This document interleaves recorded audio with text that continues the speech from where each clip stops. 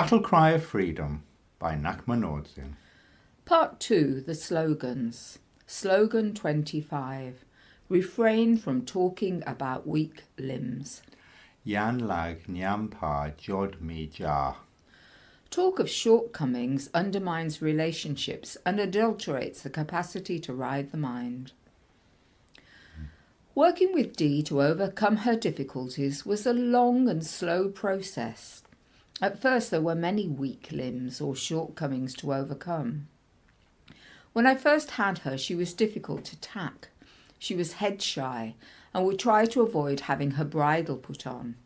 She would put her head up high, stretching her neck so that I could not reach her head. She would also snap at me as I tightened the girth. I overcame the bridling problem by making a point of asking her to put her head into the bridle. I held it open and low. I never forced anything. Initially, I would sometimes have to wait quite a while for her to drop her head, but after a while she always just dipped her head into it. We also followed this process in the field with the head collar. With the girth, she quickly realised that I was not going to inconsiderately hitch the girth up roughly and over tight, or carelessly pinch her skin. She became peaceful and receptive to having a saddle put on. My successes with Dee were always achieved through kindness and patience. Whatever her shortcomings, I did not give up on Dee, and I did not allow them to get in the way of our developing a relationship of trust and respect. It is not helpful on the path of awakening to dwell on weak limbs or to regard such shortcomings as huge obstacles.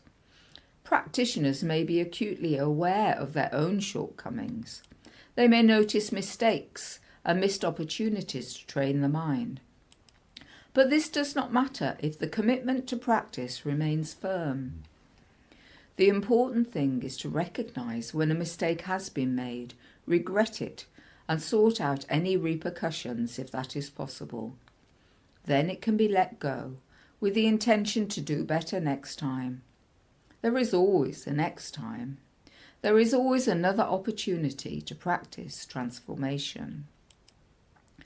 It is excellent to notice mistakes, but dwelling on them creates a depressive atmosphere, lacking energy.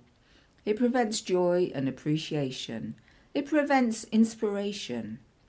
Dwelling on the mistake does not change the situation and only traps the mind in the past, rather than paying attention to the present. Regret it and move on. It is also not inspiring to be with someone who dwells on personal shortcomings. It can be difficult for the listener to know how to respond in a way that is helpful. This is something that Ngakpa ö-Dzin and I were asked about one time by one of our apprentices, and our reply appeared in our book, Illusory Advice. I wonder how to react when they are talking about their failures or running down their qualities. I find this quite difficult because it's not inspiring for them or me either when I just listen or when I contradict. Perhaps if they say negative things about themselves, their ordinary friends continually deny this and assure them that they are fine. Perhaps they find this comforting and allow a pattern to be created of expressing self-deprecation in order to again be comforted. Sangha friends are the annoying friends who help each other to be real in the world and live their lives as practitioners. They do not offer comforting platitudes.